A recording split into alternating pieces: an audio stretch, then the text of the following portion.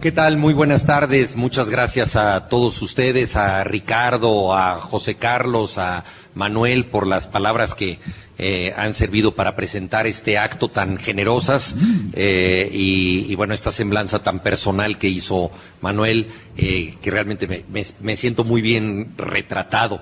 Gracias a todos ustedes y es un privilegio estar en los 20 años de Radio WAP.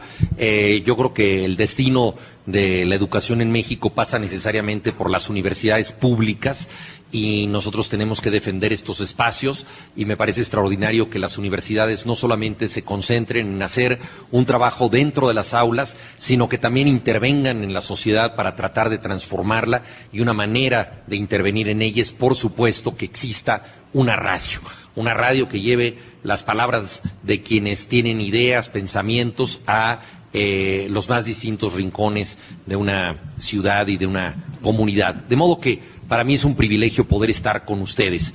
Pensé en un tema que me interesa hondamente porque yo he trabajado en la radio. Mi primer trabajo profesional fue escribir los guiones para un programa de rock en Radio Educación, una estación pública en la Ciudad de México, y este programa se llamaba El lado oscuro de la luna.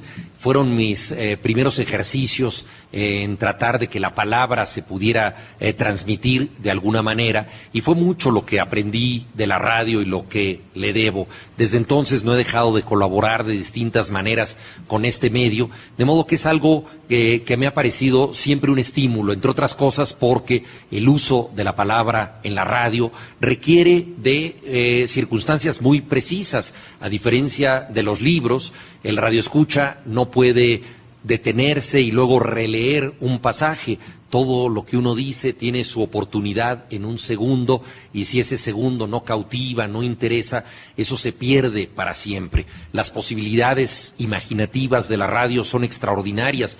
Podemos simular terremotos, podemos escribir y narrar todo tipo de historias en la radio y esto, si está bien hecho, resulta creíble. Es la gran variante de la oralidad que tenemos en nuestros tiempos. Si la civilización empezó en sus comienzos con personas que se reunieron en torno a una fogata para compartir las historias de lo que habían vivido en su camino para llegar ahí, la radio sigue siendo esa fogata invisible en torno a la cual nos congregamos y las voces que transitan por el éter contribuyen de alguna manera a definirnos, de modo que la radio es un medio generoso, es un medio con el que me siento, digamos, en deuda desde mi origen como escritor y por eso escogí el tema para esta charla de los rapsodas de la radio, que tendrá que ver con la preeminencia de la voz, con su importancia singular en nuestra cultura y luego con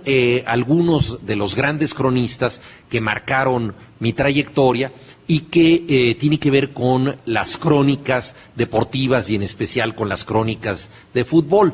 Es una de las muchas vertientes que nos ha entregado la radio. La palabra rapsodas, ya lo sugería Manuel, lo recordaba, proviene de el griego y quiere decir tejedor.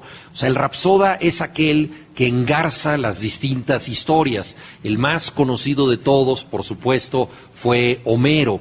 No sabemos ni lo podremos averiguar nunca si todas las historias que él reunió en la Ilíada y la Odisea realmente provinieron de su imaginación y de su manera de recrear la guerra de Troya, ciudad desaparecida. Pero lo que sí sabemos es que él supo reunir esas voces. Probablemente se trataba de voces dispersas, las voces de la fogata que alguien supo reunir, es decir, que alguien supo tejer. Entonces los rapsodas de la radio son aquellos que están tratando de engarzar relatos para que la comunidad se entere de sus noticias, se entere de sus gestas. Y esto a mí me parece particularmente importante, porque en la radio se pone en juego algo que constituye al ser humano, pero que no siempre podemos pensar que define su personalidad, que es, por supuesto, la voz humana.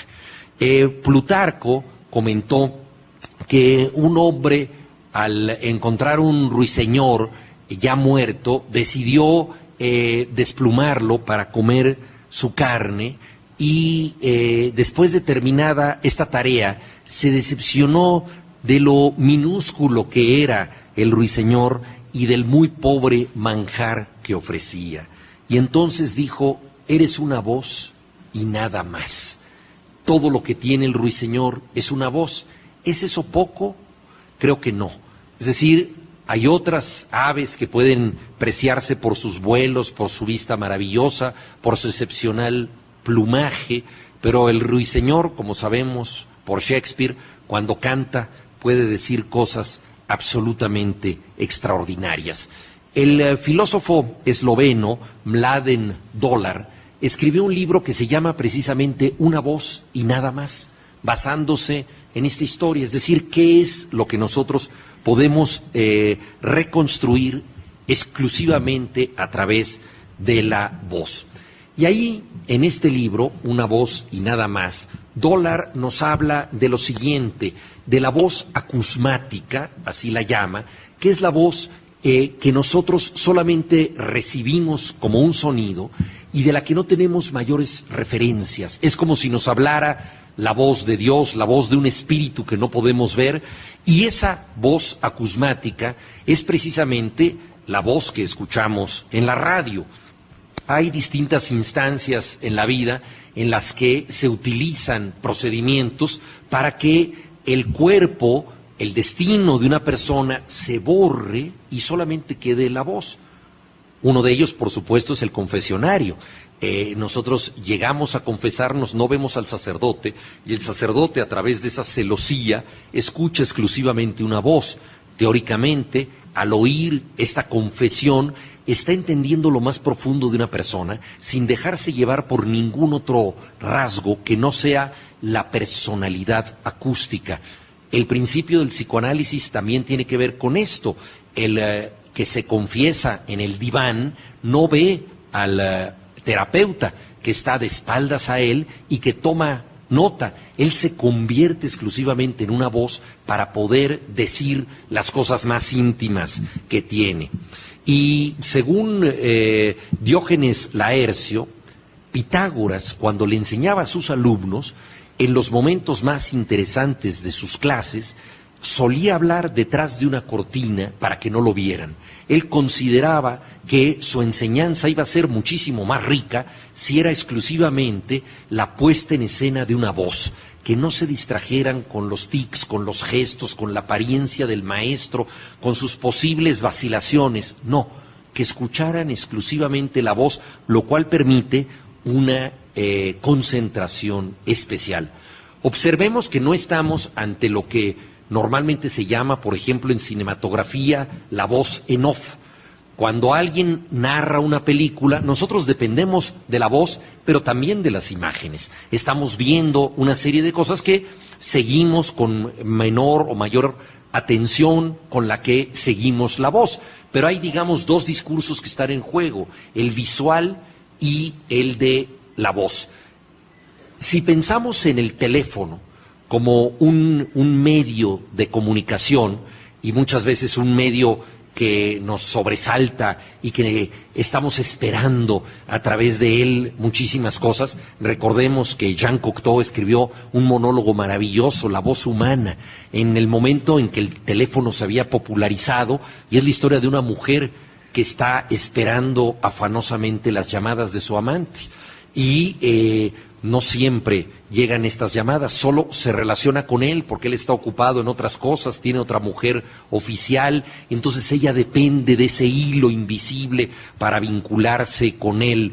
La voz humana es la que puede llegarle por el teléfono. Esto ya se consideraba un poco anticuado hasta que aparecieron los teléfonos celulares, y entonces volvimos a depender absolutamente de las voces, y se convirtió en una ofensa terrible para nosotros que nos dejaran en una llamada en espera, por ejemplo, o el infierno contemporáneo, que llegáramos a un lugar donde no hay cobertura y entonces ya no podemos escuchar esa voz humana.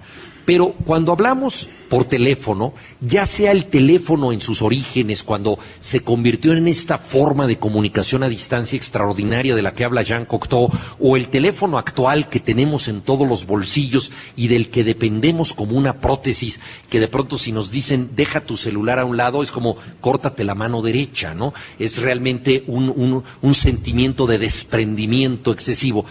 Esas voces que generalmente nos llegan por el teléfono, salvo excepciones, son voces que de alguna manera conocemos. Entonces la persona con la que hablamos es su voz más la imagen que tenemos de ella, más los recuerdos que tenemos de ella, etcétera. Es decir, no construimos exclusivamente una personalidad a partir de la voz. Pero ¿qué sucede con la radio?